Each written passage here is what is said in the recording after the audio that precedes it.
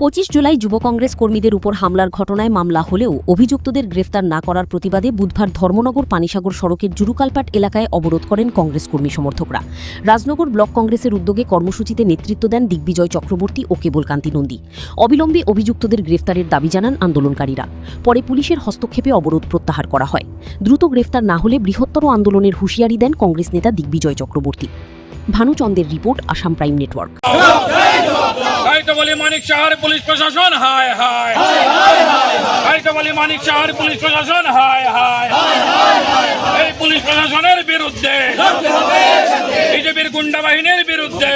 সকলেই অবগত আছেন, গত 25শে জুলাই আমাদের যুব কংগ্রেস কর্মী এবং এনএসওয়াই সভাপতি বিজেপির গুন্ডা বাহিনীর কাছে আক্রান্ত হয়েছিলেন।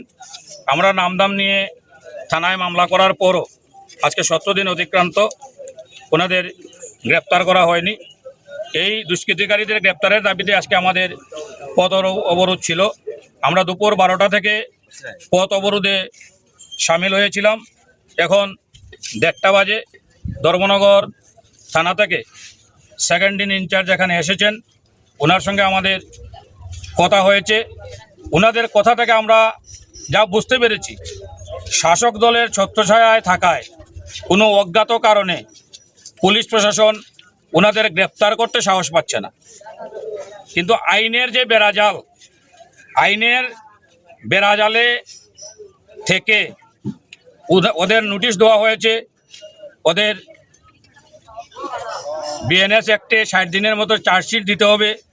এই কথাগুলো ওনারা আমাদেরকে বলছেন।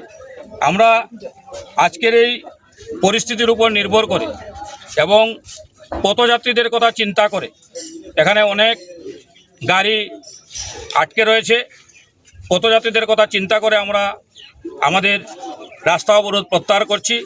আমরা বলেছি, অবিলম্বে যদি বিজেপির গুন্ডা বাহিনী, যারা ধর্মনগরের নবনির্বাচিত বিধায়কের প্রচ্ছন্ন মদতে ধর্মনগরে অরাজকতা কায়েম করে চলছে, তাদের যদি অবিলম্বে গ্রেপ্তার করা না হয়, আমরা পরবর্তীতে পুনরায় আন্দোলন সংগঠিত করব। যতক্ষণ পর্যন্ত আসামিদের দৃষ্টান্তমূলক শাস্তি প্রদান করা হবে না, আমরা আমাদের আন্দোলন চালিয়ে যাব।